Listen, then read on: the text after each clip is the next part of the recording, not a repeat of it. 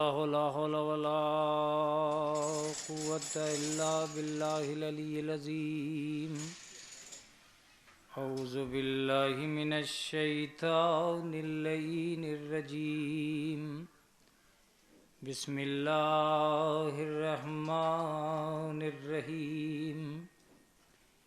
الحمد لله رب العالمين والصلاة والسلام على أشرف الأنبياء والمرسلين بالقاسم محمد والصلاة والسلام على أهل بيته الطيبين الطاهرين المعصومين المظلومين المنتجبين المنتخبين. أما بعد فقد قال الله تعالى وتبارك في كتابه المحكم وخطابه المتقن وقوله أحسن. بسم الله الرحمن الرحيم. والعصر إن الإنسان لفي خسر إلا الذين آمنوا وعملوا الصالحات. صلوات بھیجے محمد.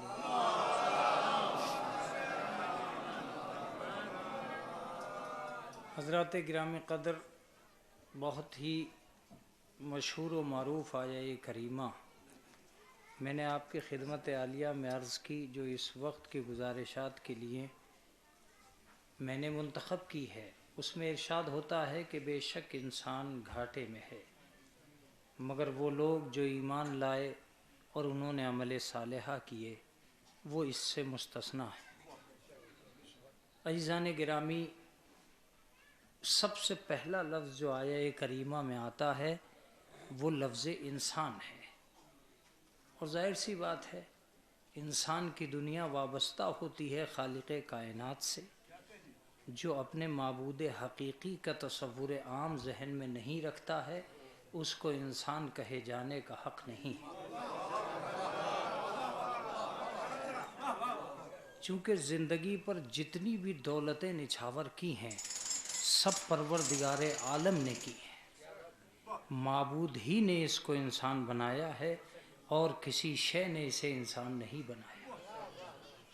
اگر وہ چاہتا تو مخلوقات کی دنیا میں اس کا نام انسانیت کی فہرست سے باہر کر سکتا تھا. یہ اس کا کرم تھا کہ اس نے اسے مخلوقات کی دنیا میں انسان بنایا، اور خالی انسان ہی نہیں بنایا، اشرف المخلوقات بنایا. اشرف المخلوقات سے میری مراد یہ ہے کہ تاج کرامت انسان کی محنتوں نے اپنے سر پہ نہیں رکھا ہے، اللہ کی عنایت نے اس کے سر پہ رکھا ہے. وَلَقَدْ كَرَّمْنَا بَنِي آدم، ہم نے آدم کی اولاد کو مکرم بنایا. إِنَّا خَلَقْنَا الْإِنسَانَ فِي أَحْسَنِ تَقْوِيمٍ، ہم نے انسان کو بہترین نوعیت خلقت عنایت کی ہے.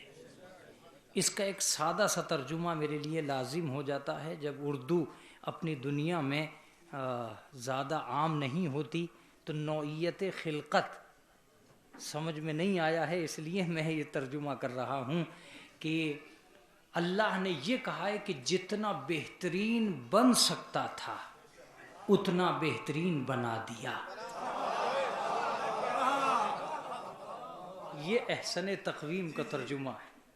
جتنا بہترین بن سکتا تھا اتنا بہترین ہم نے بنا دیا. اِنَّا خَلَقْنَا الْإِنسَانَ فِي أَحْسَنِ تَقْوِيمٍ، ہم نے انسان پر نعمتوں کا ساون یوں برسایا ہے کہ اس کی ضرورتیں ابھرنے بھی نہیں پائیں کہ ہماری عنایت اس تک پہنچ گئی. اس کی ضرورتیں ابھرنے بھی نہیں پائی تھیں کہ ہماری عنایتیں اس تک پہنچ گئیں. عزیزو متوجہ رہیے گا، میرے کہنے کا یہ مطلب نہیں ہے کہ ہم ان عنایتوں کو محسوس نہیں کر سکتے. ہاں، شمار تو نہیں کر سکتے مگر محسوس تو کر سکتے ہیں.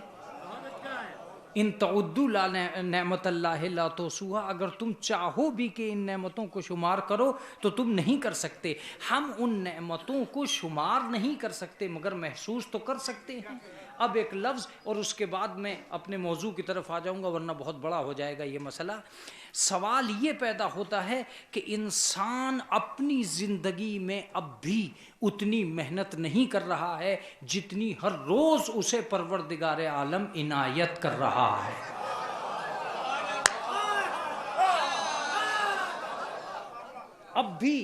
اب بھی دولت کا کرشمہ اس کے جیون کی دھارا نہیں ہے. اب بھی زندگی کا نظام اس کی محنتوں کے تسلسل پہ نہیں چل رہا ہے. اب بھی خاندان کی عنایتوں کا نام زندگی نہیں ہے. اب بھی اللہ ہی کی عنایت کا نام زندگی ہے.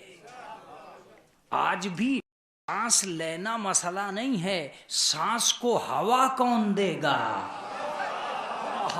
توجہ دیجیے گا، سانس کو ہوا کون دے گا؟ کیا ادبی لفظ ہے یہ، سانس کو ہوا کون دے گا؟ آج بھی مسئلہ خون کا نہیں ہے، خون کو روانی کون دے گا؟ آج بھی مسئلہ دل کا نہیں ہے، دل کو دھڑکن کون عنایت کرے گا؟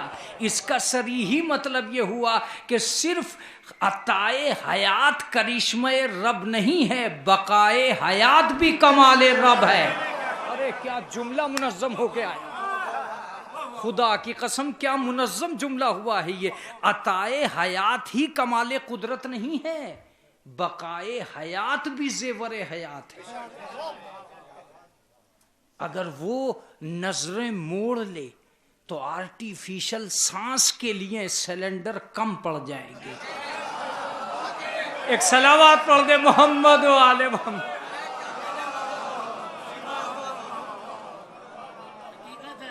سوچ رہے ہیں آپ، آرٹیفیشل سانس کے لیے سلنڈر کم پڑ جائیں گے، ملک بھیک مانگنے لگیں گے ملکوں سے. اب ذرا سوچئے کہ ان گنت دنیا کو جو ہر سانس اس کی ضرورت کے تحت دے رہا ہے وہ کتنا بڑا پروردگار ہے. میں شاید ادب میں نہ کہہ سکا اس لیے آپ غیر مانوس رہ گئے، میں اسے ادب میں کہتا ہوں. یہ اسی کا کمال ہے کہ وہ ایک سانس کی میت نہیں اٹھنے دیتا کہ دوسرا سانس عطائے انسانیت بنا دیتا.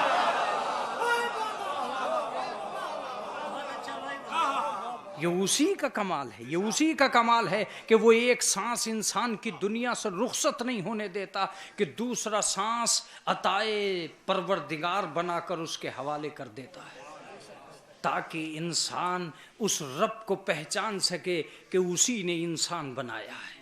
اب بڑا توجہ، چونکہ میرا موضوع یہ نہیں تھا، میرا موضوع یہ تو لفظ انسان کی وجہ سے میں اتنی دیر بول گیا، میرا موضوع اس سے آگے ہے.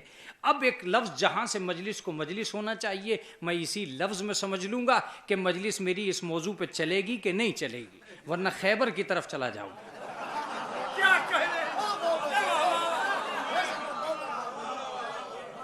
خیبر کی طرف چلا جاؤں گا، اور خیبر بھی وہ خیبر جو ایسا خیبر کہ مثلا ایک ذاکر نے پڑھا کہ اس نے مولا نے اکھاڑا ہی نہیں خیبر کو، اچھالا بھی، اور اچھالا تو وہ اچھلتا ہی جا رہا ہے، اچھلتا ہی جا رہا ہے، اچھلتا ہی جا رہا ہے. ایسا بھی خیبر ہے.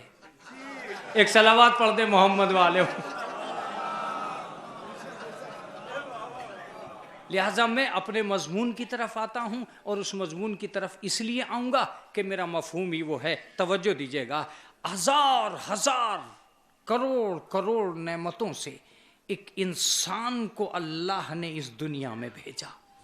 اس کے باوجود اب میرا لفظ جس کی وجہ سے میں پوری محنت کروں گا، سر درد کے باوجود پوری محنت کروں گا، متوجہ رہیے گا. اگر آپ کی توجہ رہی تو میرے لیے غذائے روح بنے گی. ایک انسان کو انسان بنانا یہ اللہ کا کام ہے. متوجہ رہیے گا، ایک انسان کو انسان بنانا یہ اللہ کا کام ہے. مستقل انسان بنے رہنا یہ انسان کا کام ہے. بس یہ لفظ ہے میرا. ہم نے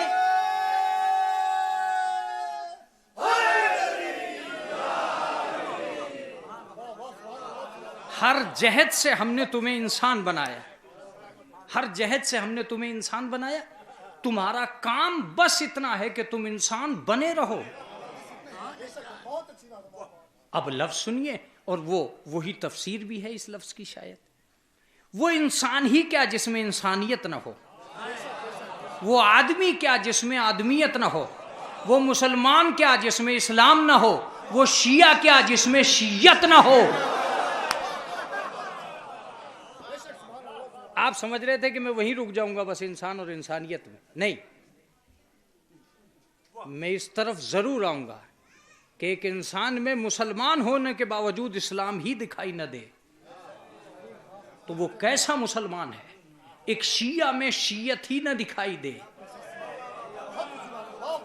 تو وہ کیسا شیعہ ہے، ایک انسان میں انسانیت ہی نہ دکھائی دے تو وہ کیسا انسان ہے، ایک آدمی میں آدمیت ہی نہ دکھائی دے وہ کیسا آدمی ہے۔ اگر صبح سے شام تک مزدور نہ مزدوری کرے تو کیا مزدوری دے دو گے؟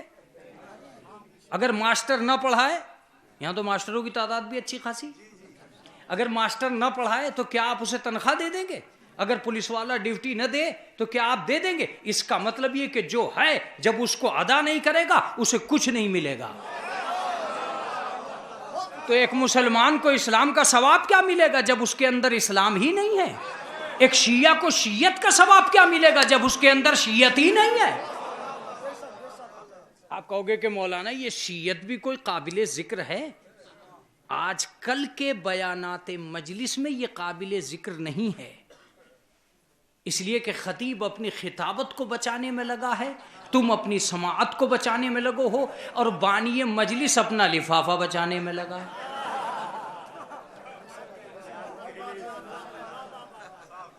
اس لیے یہ آج کل قابل ذکر نہیں ہے، ورنہ اصلاً قابل ذکر یہی ہے۔ یہی وجہ ہے کہ محدود دائرے پر خطابت کام کر رہی ہے، اور وہ محدود دائرہ آپ کو نقصان دے رہا ہے۔ نئے مضامین پر بحث اس لیے نہیں ہوتی کہ آپ کی اجنبیت ذاکر کا گلا گھونٹ دیتی ہے، آپ کسی اجنبی ڈگر پہ چلنے کو تیار ہی نہیں ہیں۔ ظاہر سی بات ہے جناب ابو طالب کے ایمان پہ اچھل اچھل کے داد دینے والے سماج کے ایمان پہ بحث کیوں نہیں کرتے؟ سماج کے ایمان پہ بحث کیوں نہیں کرتے؟ اب ذرا توجہ دیجیے گا، اور بہت زیادہ توجہ کی ضرورت نہیں، بہت چھوٹے پیمانے پر میں اس بات کو سمجھانے آیا ہوں۔ اصل مجلس کیا ہے؟ کیا کبھی بھی اس پہ بھی بحث ہوگی؟ ایک لفظ آغا مولوی حضرات کی جانب سے، ایک مولوی کا لفظ آپ تک، عوام تک توجہ دیجیے گا۔ ہمارا ایک درد ہے جو ہم آپ تک پہنچانا چاہتے ہیں۔ جتنا خرچہ مجلس میں ہو رہا ہے کم سے کم اتنا مذہب تو سامعین تک پہنچنا چاہیے۔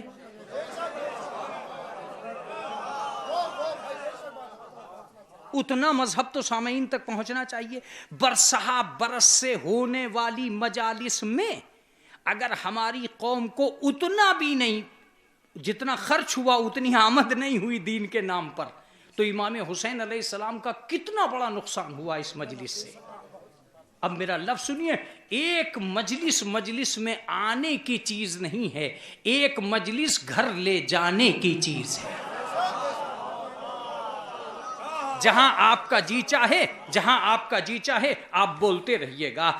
اعلان یہ نہیں ہوا تھا کہ آپ مجلس میں آئیں اور چلے جائیں، اعلان یہ ہوا تھا کہ مجلس میں آئیں اور ثواب دارین حاصل کریں۔ اس کا مطلب یہ کہ جو چیز گھر تک پہنچنی چاہیے وہ ثواب ہے۔ میں جلدی میں ہوں، جو چیز گھر تک پہنچنی چاہیے اس کا نام ثواب ہے۔ تو تبرک کا پتہ تو کنستر دے رہا ہے، ثواب کا پتہ کون دے گا؟ کیا آپ متوجہ ہیں؟ تبرک کا پتہ تو ثواب دے رہا ہے، تبرک کا پتہ تو کنستر دے رہا ہے کہ اتنا کنستر میں جمع ہوا، ثواب کا پتہ کون دے گا؟ اور اگر ساری مجلسیں ہی تبرک کے لیے ہوئی ہیں تو پھر یہاں کیا کرتے رہے تبرک سے پہلے؟ یہی وجہ ہے کہ ہماری قوم میں مجمع بھی دو ہو گئے ہیں، جو صرف تبرک کے لیے آئے ہیں وہ باہر ہی کھڑے رہے، جو ثواب کے لیے آئے ہیں وہ اندر ہی بیٹھے رہے۔ متوجہ رہیے گا، اندر کیوں بیٹھے تھے؟ کا ثواب کی خاطر. باہر کیوں کھڑے تھے؟ کا تبرک کی خاطر. جنہیں تبرک کا انتظار تھا وہ تبرک کی جگہ پہ کھڑے تھے.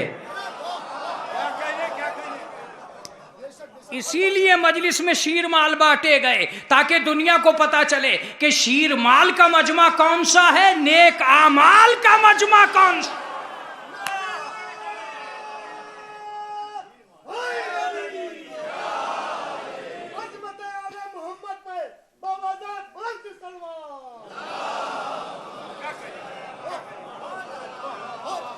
یہ جو دو مجمع ہو رہے ہیں یہ ہمارے کارنامے کی وجہ سے ہو رہے ہیں. بانٹیے مگر تہذیب شیعت کے دائرے میں بانٹیے. اگر دوسرا جملہ نہیں پہنچا تو موضوع مجلس بدل بھی سکتا ہے، متوجہ رہیے گا. بانٹیے مگر شیعت کے دائرے میں بانٹیے، لیجیے مگر تہذیب کے دائرے میں لیجیے.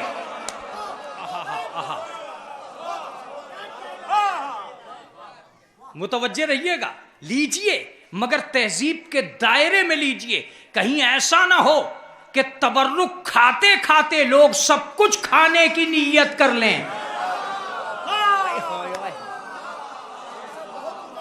کیا جملہ ہے میرا یہ. تبرک کھاتے کھاتے لوگ کہیں ایسا نہ ہو کہ پھر وقت بھی کھانے لگے، پھر امام باڑے کھانے لگے، پھر دوسروں کا حق کھانے لگے، پھر مولا کی کھانے لگے. لہذا کھلائیے مگر تہذیب کے ساتھ، بانٹیے مگر شیعت کے ساتھ. مجلس ایک مذہب کے لیے مجلس ہوئی ہے، رسم کے لیے نہیں، وضاقتہ کے لیے نہیں. مجلس نام ہے تہذیب شیعت کو آگے بڑھانے کا. اگر تہذیب شیعت ہی نہیں آ رہی ہے تو پھر کیسی مجلس. میں ایک لفظ کہتا ہوں، وہ ثواب کیا تھا جو یہاں سے لے کے گئے؟ لفظ سنیے گا. مجلس میں آئے، دو تہذیبوں کا نام مجلس ہے. یاد رکھیے گا اگر یہاں سے وہاں تک کا مجمع ملحق ہوا تو میں 2 منٹ اس پہ رکوں گا. دو تہذیبوں کا نام مجلس ہے، ایک آپ کے گھر کی تہذیب اور ایک حسین کے گھر کی تہذیب. مجھے آپ بتائیے کہ وہاں کی تہذیب یہاں لانا چاہتے ہیں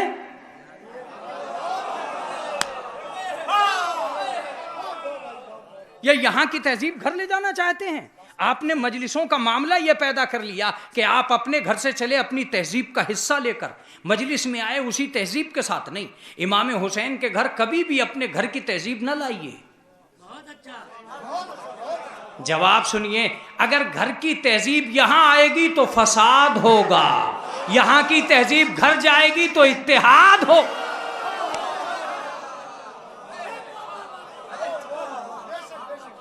اب سیدھے سیدھے تفسیر کرو قمر سلطان، سیدھے سیدھے تفسیر کرو. تم پہلوان ہو، پہلوان بن کے مجلس میں مت آنا ورنہ مجلس اکھاڑا بن جائے گی. توجہ دے رہے ہیں آپ میر صاحب ہیں، میر صاحب بن کے مجلس میں مت آنا ورنہ سیاست کا نمونہ بن جائے گی. آپ نیتا جی ہیں، اپنے بھاشن گھر رکھو، مجلس میں بھاشن مت دو. توجہ دیجیے گا، بہت توجہ دیجیے گا. اپنی تہذیب گھر رکھ کے آنا، حسین کے گھر میں اپنی تہذیب مت لانا. یہی وجہ ہے کہ جب جب گھروں کی تہذیب یہاں آتی ہے فساد ہوتا ہے. اتحاد کب ہوگا؟ جب یہاں کی تہذیب گھر جائے گی. اس کا صریحی مطلب یہ ہوا، دیکھیں لفظ میرا ہے، مرضی آپ کی ہے. اس کا صریحی مطلب یہ ہوا کہ تبرک کی بھیڑ، مجمع کی بھیڑ، کثرت آدمیوں کی بھیڑ نہیں بتائے گی کہ عزادار کون کتنا بڑا ہے. گھر کی تہذیب بتائے گی عزادار کتنا بڑا ہے.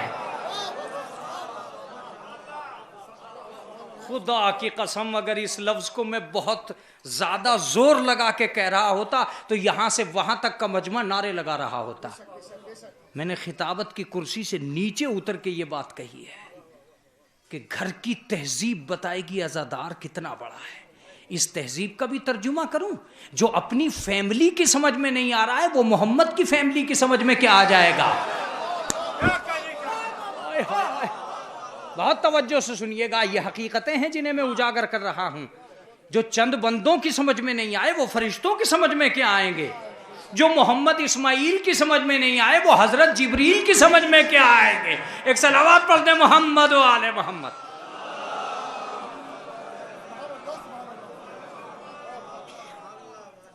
لہذا سچی بات کیا ہے؟ سچی بات یہ ہے کہ ایک انسان کا سب سے بڑا مرحلہ انسان بنے رہنا، انسان بنے رہنا۔ اب اگر وہ انسان ہے تو واقعاً باکمال ہے، لیکن کب تک؟ اللہ کہتا ہے وَالْعَصْرِ إِنَّ الْإِنسَانَ لَفِي خُسْرٍ، بے شک انسان گھاٹے میں۔ اس کا مطلب یہ کہ جب تک آپ لفظ انسان سے لپٹے رہیں گے آپ گھاٹے میں۔ اب میں اس کی تفسیر کر رہا ہوں، علماء سے میری توقع ہے کہ وہ مجھے ضرور اس بارے میں کہ ایک طالب علم کیا سوچتا ہے غور و فکر کریں گے، متوجہ رہیے گا۔ جب تک آپ اس چکر میں لگے رہیں گے کہ میں بڑا انسان بن جاؤں، آپ گھاٹے میں۔ دولت میں بڑا انسان گھاٹے میں ہے، رتبے میں بڑا انسان گھاٹے میں ہے، فکروں میں بڑا انسان گھاٹے میں ہے، عقلوں میں بڑا انسان گھاٹے میں ہے۔ انسان اسی وقت فائدے میں ہے جب وہ صاحب ایمان ہو جائے۔ آئے ہائے آئے ہائے، اس لیے کہ بڑے انسان تو ہر قوم و ملت میں ہیں۔ کیا جملہ تھا یہ! بڑے انسان تو سب قوم و ملت میں ہیں۔ اللہ کی نظر میں فائدہ اسی انسان کو حاصل ہو سکتا ہے کہ جو آدمی دائرے ایمان میں آ جائے۔ اس کا مطلب یہ کہ ایک انسان کو فائدہ صاحب ایمان ہو کر، متوجہ رہیے گا، صاحب ایمان کون؟ مجلس بڑی، عقیدہ بڑا، علم اونچا، امام باڑے میں حاضر، اب تو مومن ہے مان لے، کہا نہیں۔ جس طرح انسان گھاٹے میں تھا ایمان کے بغیر، اسی طرح ایمان گھاٹے میں ہے عمل صالح کے بغیر۔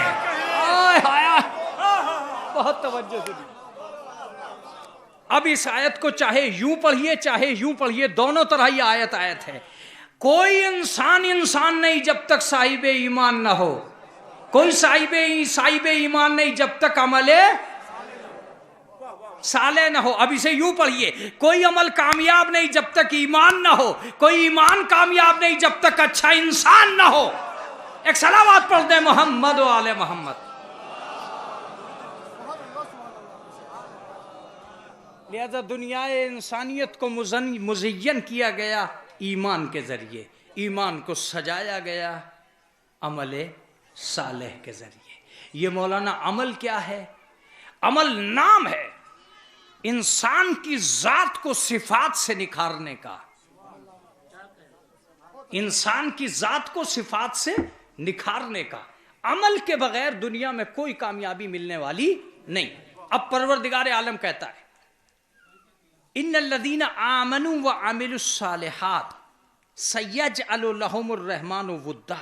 اگر تم ایمان اور عمل صالح کے ساتھ کام کرو گے تو پروردگار عالم تمہاری محبت لوگوں کے دلوں میں پیدا کرے گا۔ کیا کیا آیتیں ہیں عمل کی دنیا میں، میں نہیں سمجھ سکتا۔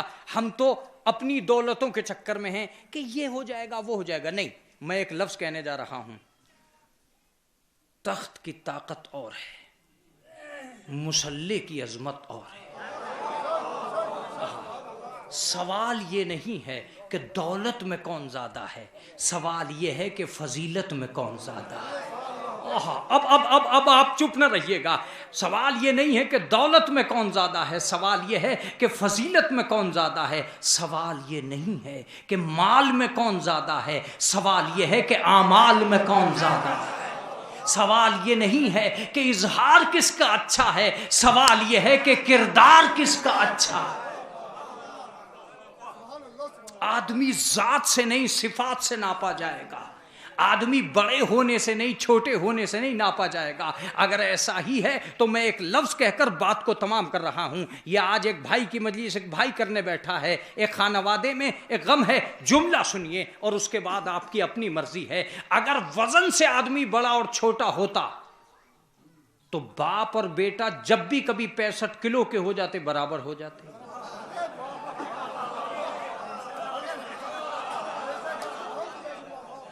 کیا آپ متوجہ ہیں؟ دونوں 65 کلو کے ہیں کہ یہ دونوں برابر ہیں؟ کہ مولانا یہ کبھی برابر ہو ہی نہیں سکتے۔ اس کا مطلب مسئلہ وزن کا نہیں ہے۔ مسئلہ جسم کا نہیں ہے، مسئلہ مرتبے کا ہے۔ میں نے کہا مرتبہ کیا ہے؟ کہا باپ باپ ہے، بیٹا بیٹا ہے۔ تو میں نے کہا تم تو کہہ رہے تھے کہ وزن میں دونوں برابر ہیں، تو پھر تو جم ہی کامیاب ہے کہ اس میں وزن بڑھا لیا آپ نے۔ کہا نہیں نہیں نہیں، جم مرتبے نہیں دیتا۔ تو مرتبے کون دیتا ہے؟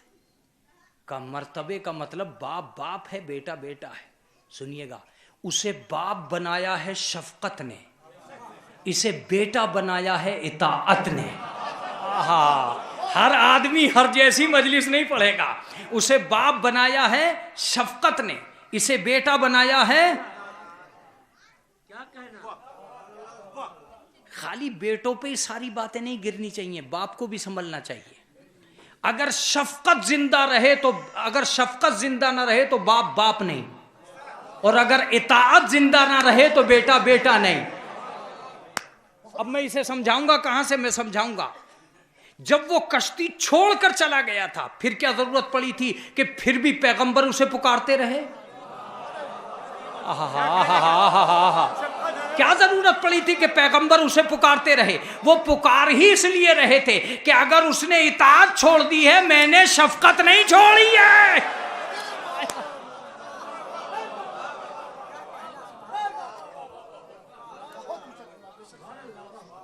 اس نے اطاعت چھوڑی ہے، میں نے تو شفقت نہیں چھوڑی، میں پکارتا رہا آخر تک۔ اب جب پکارتے پکارتے حد ہو گئی تو اب اللہ نے کہا کوئی بیٹا بیٹا ہوتے ہوئے بیٹا نہ رہے، اس کی ایک ہی ترکیب ہے۔ ڈی این اے تو بتا دے گا کہ یہ بیٹا ہے، مگر ڈی این اے ایک ہونے کے بعد بھی وہ بیٹا بیٹا نہیں رہا۔ اس کی ایک ہی ترکیب ہے، انہو عمل غیر صالح۔ چونکہ اس کا عمل اچھا نہیں ہے لہذا اب وہ نبوت کا رشتہ دار نہیں ہے۔ ہائے ہائے ہائے ہائے، کیا جملہ ہے میرا! اس کا مطلب یہ ہے کہ نبوت کا رشتہ نسب سے نہیں ہے، عمل سے ہے۔ کیا جملہ آیا یہ! نسب سے، نسبتوں سے نہیں۔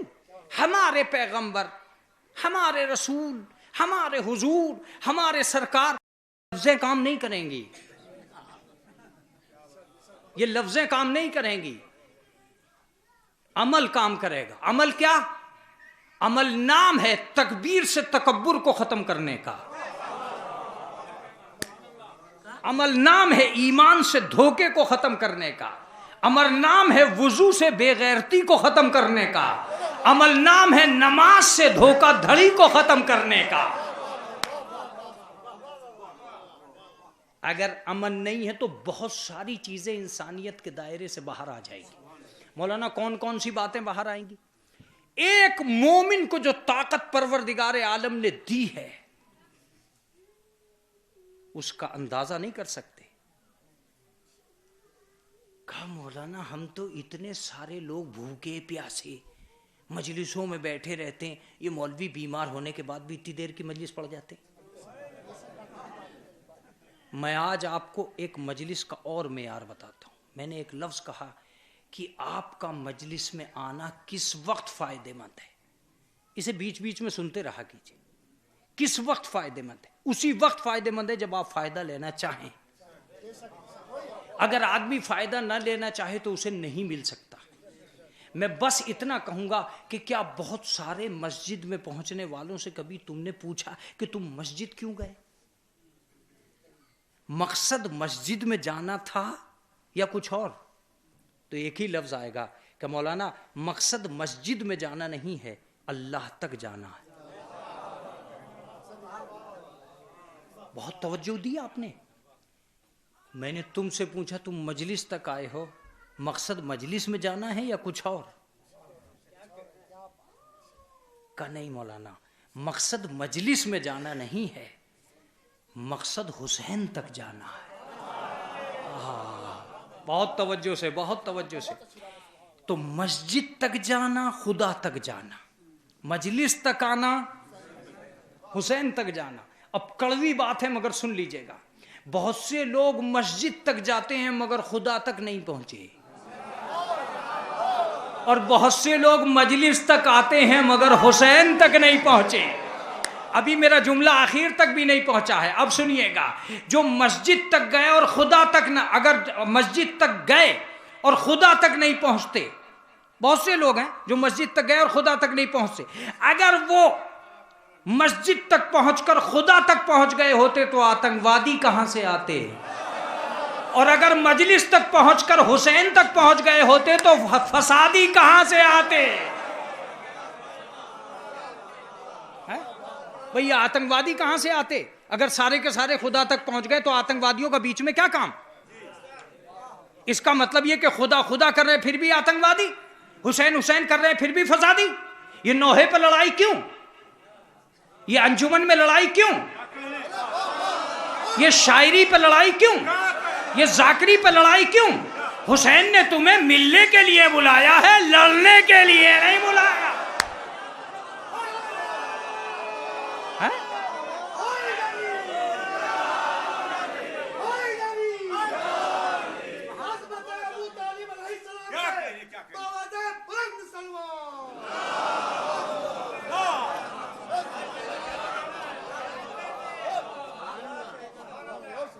اس کا مطلب یہ کہ تمہارے اندر وہ صفات انسانی، وہ صفات ایمانی اجاگر ہی نہیں ہو رہے، پیدا ہی نہیں ہو رہے. پیدا کہاں سے ہوں گے؟ پیدا وہاں سے ہوں گے جہاں سے تم چاہو گے. میرا ایک لفظ سنیے، میں اگر اپنی جگہ جھوٹا ہوں تب بھی اور سچا ہوں تب بھی آپ کو تو سچی بتا رہا ہوں. یہ امام حسین کا کمال ہے کہ وہ منبر پہ جھوٹے کو بھی جھوٹ نہیں بولنے دیتے.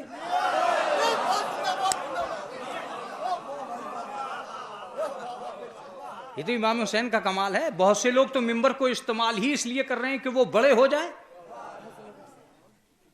بہت سے لوگوں نے بڑے ہونے کے لیے ہی منبر کو استعمال کیا اور اب اتنے بڑے ہو گئے کہ وہ حسینیوں ہی کو چھوٹا سمجھنے لگے.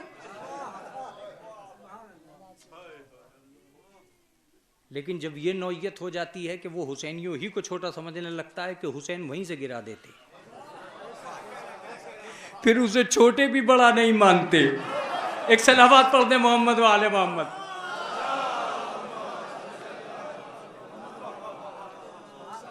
بس میں اپنی آخری منزلوں میں ہوں، 2-4 آیتیں اور پڑھوں گا اور اس کے بعد بات کو تمام کر دوں گا. یہ بات طے ہے کہ ہمیں مقصد کو پہچاننا ہوگا. میں آیت سناتا ہوں، یا ایھا الذین آمنوا اتقوا اللہ. اس کے بعد بہت ساری آیتیں بھی ہیں مگر چلیے میں ادھر کی طرف چلا جاتا ہوں. کونوا مع الصادقین، اے ایمان لانے والو تقوی اختیار کرو اور سچوں کے ساتھ ہو جاؤ. اگر خالی مومن ہونا کام کر رہا تھا تو یہ متقی ہونے کی بات کیوں آئی؟ اور اگر خالی تقوی ہی کام آ رہا تھا تو یہ صالحین کا مسئلہ کیوں آیا؟ اس کا مطلب یہ ہے کہ خالی ایمان کافی نہیں ہے. اب مجھ سے سنیے، کلمہ پڑھ لیا، مسلمین میں آ گئے، یہ ابتدا ہے، انتہا نہیں. ابھی تم نے داخلہ لیا ہے، اسی پہ جنتی مت سمجھ بیٹھنا خود کو. اسی پہ خود کو جنتی مت سمجھ بیٹھنا. دنیا اسلام کا سب سے بڑا دھوکہ یہ ہے کہ وہ مسلمان ہوتے ہی سمجھتا ہے کہ میں جنتی ہو گیا، جبکہ یہ کالج میں ابتدا ہے، انتہا نہیں. یہی وجہ ہے کہ قرآن میں کہیں بھی مسلمانوں کے اسلام کے بدلے کا نام جنت نہیں ہے. ازلفت الجنت للمتقین، تقوی کے بدلے کا نام جنت ہے. ہائے ہائے ہائے. اب اگر یہ جلال پور سن رہا ہے تو میں بھی ذرا ذاکری کے رنگ میں پڑھوں گا، تم بھی ذاکری کے رنگ میں سننا. یہی وجہ ہے کہ میرا مولا امام المسلمین نہیں بنا، امام المتقین بنا.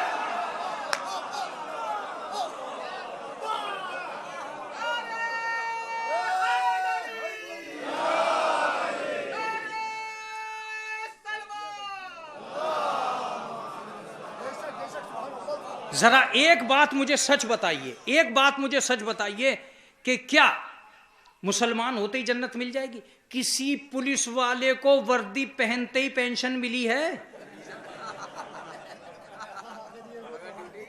کسی بچے کو کالج میں جاتے ہی ڈگری ملی ہے؟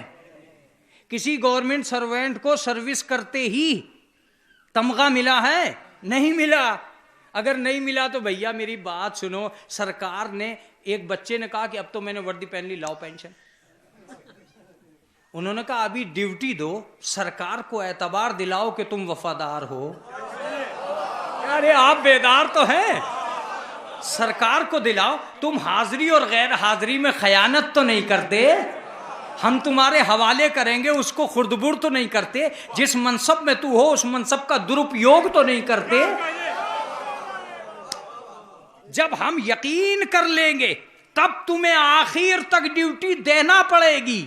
اس کا مطلب یہ کہ ابھی نماز پڑھ کے بتاؤ، ابھی روزے رکھ کے بتاؤ، ابھی ایسا تو نہیں ہے کہ تم اسلام کا درپیوگ کرتے ہو؟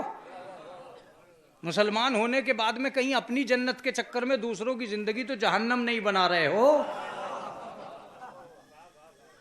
لہذا ہمیں یقین دلاؤ کہ تم وفادار ہو یا نہیں ہو۔ جب وفاداری کا یقین آ جائے گا تب بھی ہم تم سے ایک لفظ کہیں گے، وَاعْبُدْ رَبَّكَ حَتَّىٰ يَأْتِيَكَ الْيَقِينُ، اتنی عبادت کرو کہ موت آ جائے۔ لا تموتن الا وانتم مسلمون، تمہیں موت نہیں آنی چاہیے مگر اس حالت میں کہ تم مسلمان ہو۔ اس کا صریحی مطلب یہ ہے کہ تمہیں موت تک وفاداری دکھلانا پڑے گی۔ شاید یہی وجہ تھی کہ دنیا کے سب سے کامیاب آدمی نے کہا، فزت برب الکعبہ۔ اوئے ہائے ہائے ہائے،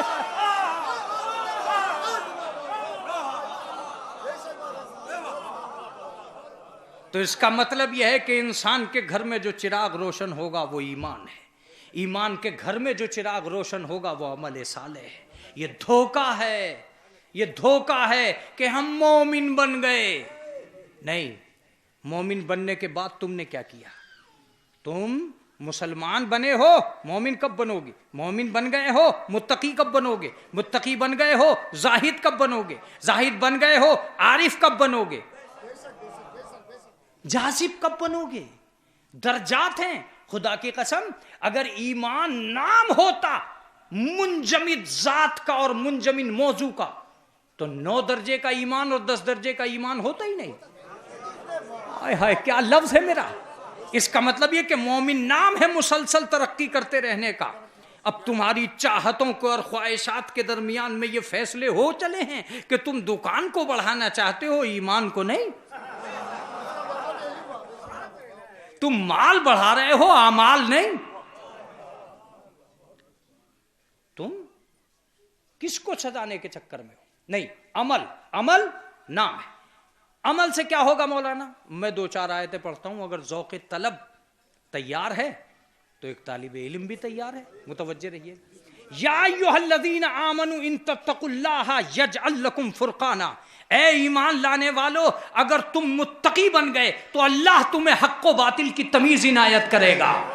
اس آیت کو پڑھ کے اتر آؤں تو موضوع کا پیٹ بھر گیا۔ اس کا مطلب یہ ہے کہ حق و باطل کی تمیز فرینڈ ریکویسٹ نہیں ہے، قرآن مجید دیتا ہے۔ کیا جملہ ہے میرا یہ! قرآن مجید حق و باطل کی تمیز دیتا ہے، اور اگر قرآن مجید حق و باطل کی تمیز نہیں دیتا تو ہر آدمی بیعت کر لیتا۔ یہی وجہ ہے کہ شیعہ مکتب فکر میں مجلسوں کے فیض سے حق و باطل کی تمیز ہر دور میں موجود تھی۔ یہی وجہ ہے کہ انہوں نے کسی دور کے غلط آدمی کی بیعت کی ہی نہیں۔ کسی دور کے، میں نے کسی دور کا نام اس لیے لیا کہ اگر کل یزید جیسے غلط کو نہیں مانا تھا تو آج ابو بکر البغدادی جیسے غلط کو نہیں مانا۔ ہم نے کسی دور کے غلط کو نہیں مانا ہے۔ جب آدمی کسی دور کے غلط کو نہیں مانتا اسی وقت یہ کہا جاتا ہے کہ یہ مومن ہے۔ مومن کسی غلط کی بیعت کرنے کا، ایک صلوات پڑھ دے محمد و آل محمد۔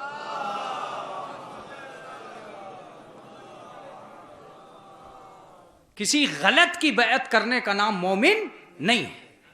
یا ایھا الذین آمنوا ان تتقوا اللہ یجعل لکم فرقانا، اے مومنو اگر تم متقی بن گئے تو اللہ تمہیں حق و باطل کی تمیز عنایت کرے گا۔ کیا کروں، آیتیں یاد آتی ہے، جو دال کھاتا ہے اسے آیتیں بہت یاد آتی۔ مدرسوں کا پلا ہوا ملا تو آیت اللہ کو جانے گا، ورنہ بہت ساری مجلسیں تو ایسی بھی ہیں جو یہ چاہ رہی ہیں کہ بغیر آیتوں کے ہی ہو جائیں۔ مگر قرآن نے کسی موضوع کو پیاسا نہیں چھوڑا. خدا کی قسم کیا آیت مجھے یاد آ رہی ہے, کیا آیت مجھے یاد آ رہی ہے. وَمَن يَتَّقِ اللَّهَ يَجْعَل لَّهُ مَخْرَجًا, جو بھی تقوی الہی عنایت کرے, جو بھی تقوی الہی اختیار کرے گا, اللہ اسے ہر مصیبت سے نکالنے کا راستہ دے گا. یہ ہوتا ہے قرآن کا معجزہ. وَمَن يَتَّقِ اللَّهَ یجعل لہ مخرجا, ہر مصیبت سے نکلنے کا راستہ کسے ملے گا؟ متقی کو. کیا کیا آیتیں یاد آ رہی. وَيَرْزُقْهُ مِنْ حَيْثُ لَا يَحْتَسِبُ, اسے وہاں سے رزق دے گا جہاں سے اسے گمان بھی نہ ہوگا.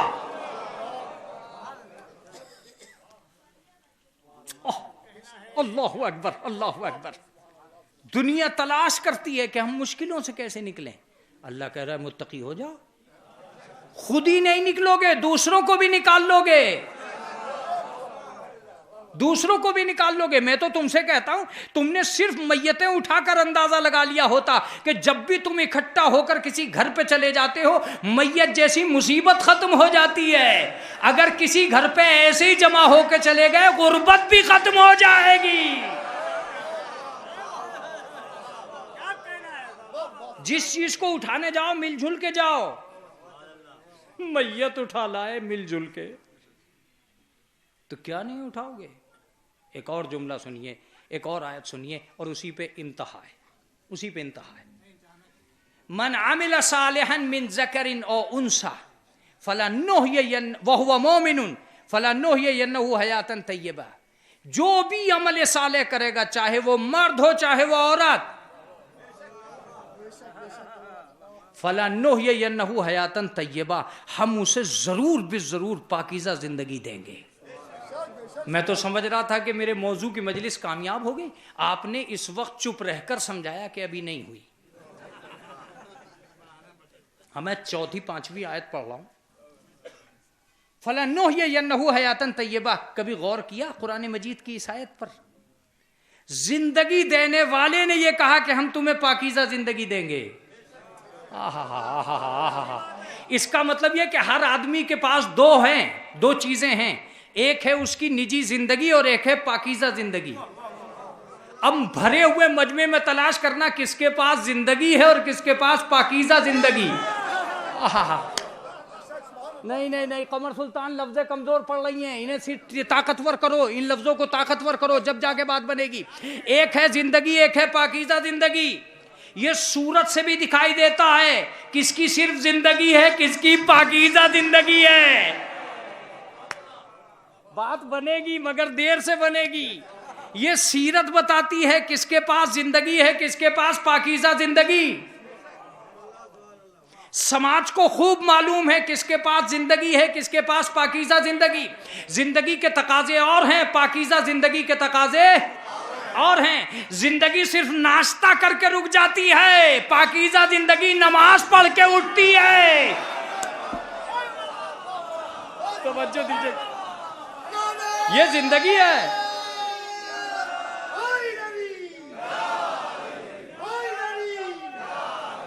توجہ دیجیے گا. زندگی بھائی بہت اچھا میٹر آ گیا ہے. زندگی کی تلاش آدمی کو بازار تک لے کے جاتی ہے اور پاکیزہ زندگی کی تلاش مجلس تک لے کے آتی ہے. زندگی کی تلاش ڈٹ کے کھانے میں ہے اور پاکیزہ زندگی کی تلاش ڈٹ کے نماز پڑھنے میں ہے. متوجہ رہیے گا, متوجہ رہیے. مغرب آ گئی کھاؤ, مغرب آ گئی پڑھو. میں سمجھا پایا یا نہیں سمجھا پایا, مگر لفظ ہے. جو عادت کا غلام ہے وہ زندگی ہے, جو عبادت کا غلام ہے پاکیزہ زندگی ہے. اب ایک لفظ اور مجلس کو مجلس بناؤ, ایک لفظ اور مجلس کو مجلس بناؤ. جو صرف زندگی میں لگا ہے وہ کھانے میں لگا ہے, اور جو پاکیزہ زندگی میں ہے وہ حلال کھانے میں لگا ہے.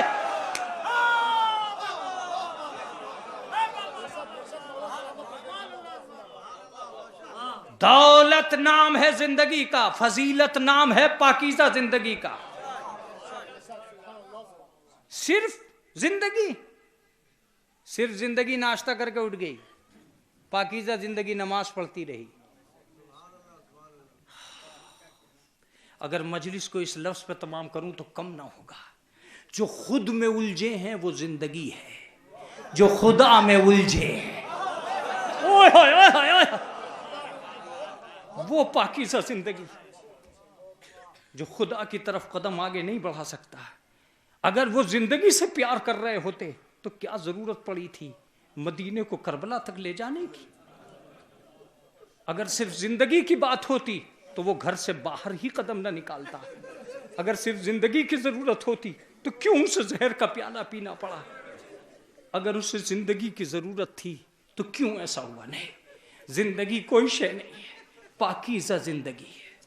جو اپنوں کو پالنے میں لگے ہیں وہ زندگی ہے، جو دوسروں کو سنبھالنے میں لگے ہیں وہ پاکیزہ زندگی. تم تلاش زندگی کی مت کرو، پاکیزہ زندگی کی تلاش کرو. زندگی چلتے چلتے تمہیں آخر مل ہی جائے گی. صبح و شام کبھی بھی تمہاری عمر میں شامل نہ ہو یہ ممکن نہیں ہے. ہاں، ایک لفظ میں نے قرآن میں پڑھا ہے، میں آپ کے حوالے کر رہا ہوں. جس نے دنیا کو چاہا اسے صرف دنیا ملی، اور جس نے آخرت کو چاہا اسے دنیا بھی ملی. وَمَن يُرِدْ ثَوَابَ الدُّنْيَا نُؤْتِهِ مِنْهَا وَمَن يُرِدْ ثَوَابَ الْآخِرَةِ نُؤْتِهِ مِنْهَا. جو آدمی دنیا میں دنیا چاہتا ہے ہم اسے دنیا کا بدلہ دیتے ہیں، اور جو آدمی آخرت چاہتا ہے ہم اسے آخرت دیتے ہیں. اب ان کی طرف رخ کرو جنہوں نے تم سے ایک لفظ کہا تھا کہ اگر تم ہمارے ہو تو سارے کام تمہارے ہمارے ہی ہونے چاہیے. سارے کام. غور کرو ایک ایسے انسان پر جو اپنی زندگی کو کربلا کے میدان میں لے کر آیا تاکہ آخرت کی زندگی کا تلاش کر سکے. ایک پاکیزہ زندگی کی تلاش حر کو کربلا لائی. ایک پاکیزہ زندگی کی تلاش انسان کو کربلا لے کر آئی. میں زیادہ دیر آپ کی خدمت میں نہیں رہنا چاہتا، مگر ایک لفظ کہنا چاہتا ہوں کہ ان مجاہدین کو سلام کرو جنہوں نے اپنے بدن پر تیر کھائے اور دامن حسین نہ چھوڑا، تلواریں کھائیں اور دامن حسین نہ چھوڑا. ایک بھائی کا انتقال، ایک بیٹے کا انتقال، ایک باپ کا انتقال ہونے پر اتنی بڑی تعداد جب آتی ہے تب میں ان سے کہتا ہوں کہ ذرا کربلا چلو. تمہیں پتہ چلے گا کہ ایک باپ کی میت پر سید سجاد تنہا کھڑے. پتہ چلے.